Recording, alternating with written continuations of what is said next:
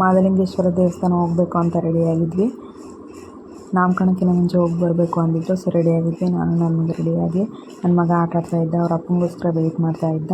ಅವ್ರ ಅಪ್ಪ ಬಂದು ಮಹಾಲಿಂಗೇಶ್ವರ ದೇವಸ್ಥಾನ ಎಲ್ಲಿದೆ ಅಂತ ಅಂದರೆ, ಮುರುಘೇಸ್ವಾಮಿ ಮಠ ಇದೆಯಲ್ಲ MKHಟ್ಟಿ, ರೈಟ್ ಸೈಡು ಲೆಫ್ಟ್ ಕಟ್ಟಾದರೆ ಮಹಾಲಿಂಗೇಶ್ವರ ದೇವಸ್ಥಾನ.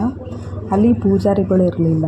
ಏನಂತಂದರೆ ನನ್ನ ಮನೆಯವ್ರಿಗೆ ಪರಿಚಯ ಇದ್ದರು, ಅಲ್ಲಿ ರಘುವಣ್ಣ ಅಂತ ಅವ್ರು ಬನ್ನಿ ಪೂಜೆ ಮಾಡಿ ಅಂತ ಅಂದರು. ಬಂದರು. ಆ ರಘುವಣ್ಣ ಇರಲಿಲ್ಲ. ಸೊ ಅವ್ರ ಅಣ್ಣ ಬಂದು ಪೂಜೆ ಮಾಡಿದ್ರು, ಬನ್ನಿ ಅಂತ ಅಂದರು.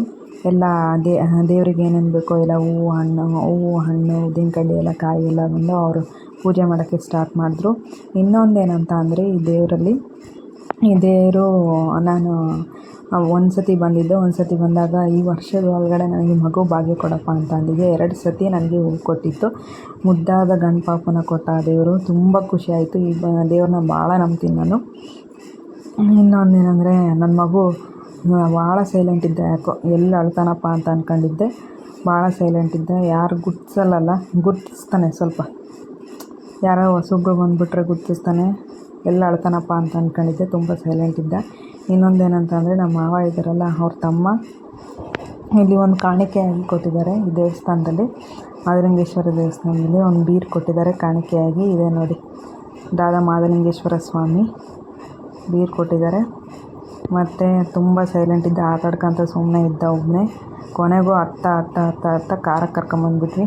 ಅವ್ನು ಅಳೋದು ನೋಡ್ಲಾರ್ದೆ ಕಾರಕ್ಕೆ ಕರ್ಕೊಂಬಂದು ಆಮೇಲೆ ಆಟಾಡಿಸಿ ಮಾಡಿಸ್ದೆ. ಏನೋ ಒಂದು ಕವರ್ ಕೊಟ್ಟು ಏನಾದರೂ ಆಟಾಡಿದ್ದೆ. ಆಮೇಲೆ ರಿಟರ್ನ್ ಹೋಗಿ ನನಗೆ ಎಗ್ ರೈಸು ಪಾನಿಪುರಿ ತಿನ್ನಬೇಕು ಅನ್ನಿಸ್ತು. ಎಗ್ ರೈಸ್ ತಂದು ಕೊಟ್ಟರು.